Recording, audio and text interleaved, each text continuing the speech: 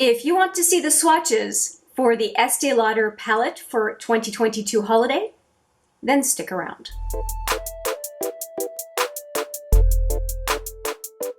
Hi there, it's Hélène and welcome back, or if it's your first time here, welcome to HMM Makeup or Makeup. I am so excited to be swatching this one. I have had a lot to say about this palette, and I think the swatches are always a good thing to do. I have done these swatches for the Lancôme set, and I will put that right up in the cards. Yeah, we have 9 shadows to do, the royal we to swatch, and I think we should just get started. I'll just show you the palette first. And this is a palette that I have already done 4 looks with. So it's high time that I swatch it for you.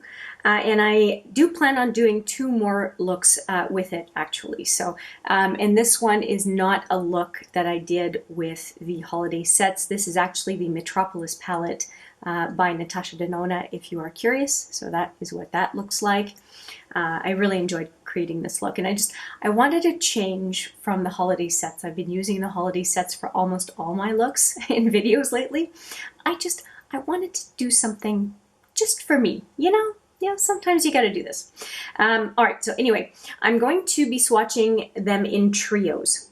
So they seem to have like a natural pairing. So these 3, and these 3. So right or wrong, it just feels like that would be a reasonable way of swatching. And I'm going to hop right to it. So first trio is this set of 3, and let's just get going. Okay, so here are the first 3. And don't mind my hands, I had an allergic reaction to something, and my skin did not like it. So the palms of my hands are really messed up right now for some reason.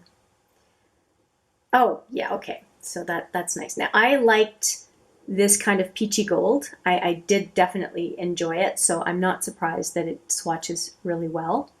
And I'm going to go in a second time to just intensify the color, because we usually build a look with eyeshadows. They all deserve a second swatch, no matter what shadow we are swatching. So here are the fingers again, and let's just swatch these. So that's a nice, just easygoing peach. This one, as I said, I don't have any issues with. And the pink builds nicely, and so it would be a nice cheek product as well as it would be a nice eye product as well, and I had no problem using it as an eyeshadow. All right, let me wipe these fingers off, and we're going to get into the next trio.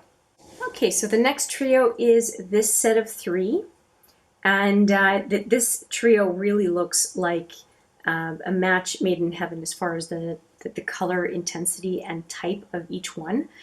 And so there's kind of a beigey brown, there is a almost plummy brown, and then one that looks like a highlighty type of blush.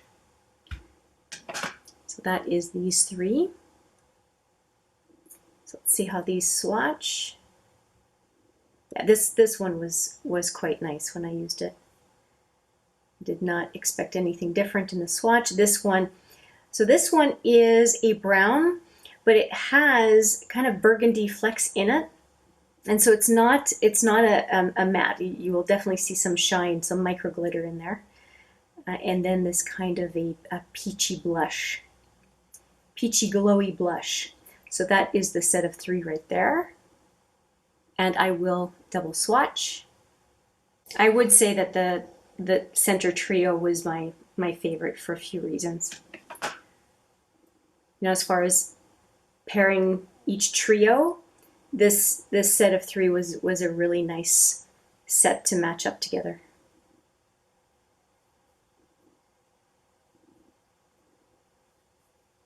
I think you can really see the colors now.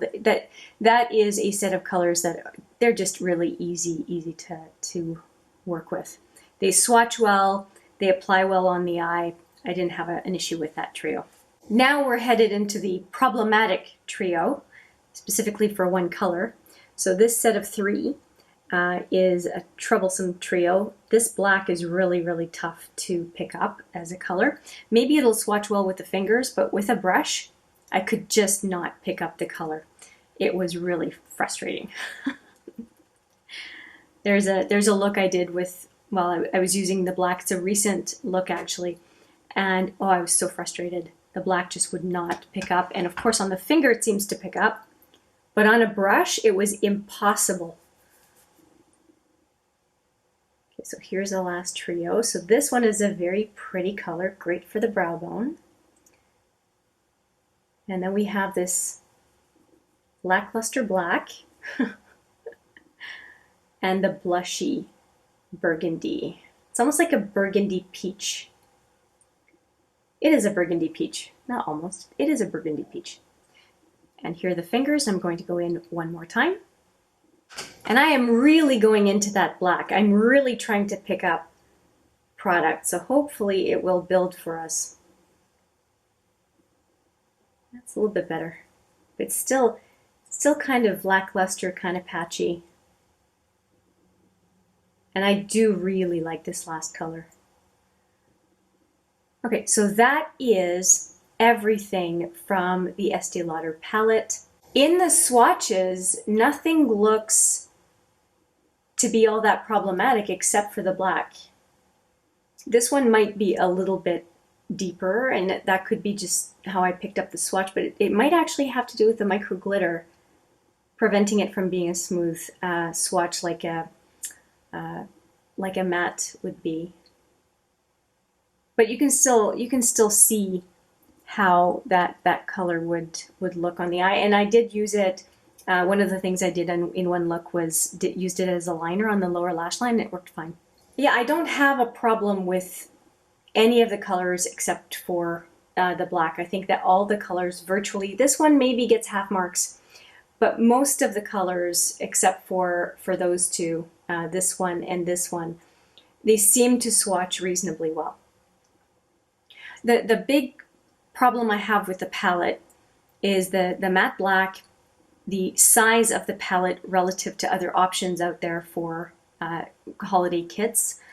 That's really where my concern was. When you have 16 powder products from Lancôme and you get 9 powder products from Estee Lauder in tiny pans, there's a definite contrast between the two, and it's very obvious if you are a makeup enthusiast that the Lancôme palette would be far, far more interesting at 16 swatches compared to 9, and 16 swatches that were pretty well pigmented. Well, that is it from me. I hope you enjoyed the swatches for the Estee Lauder set for 2022.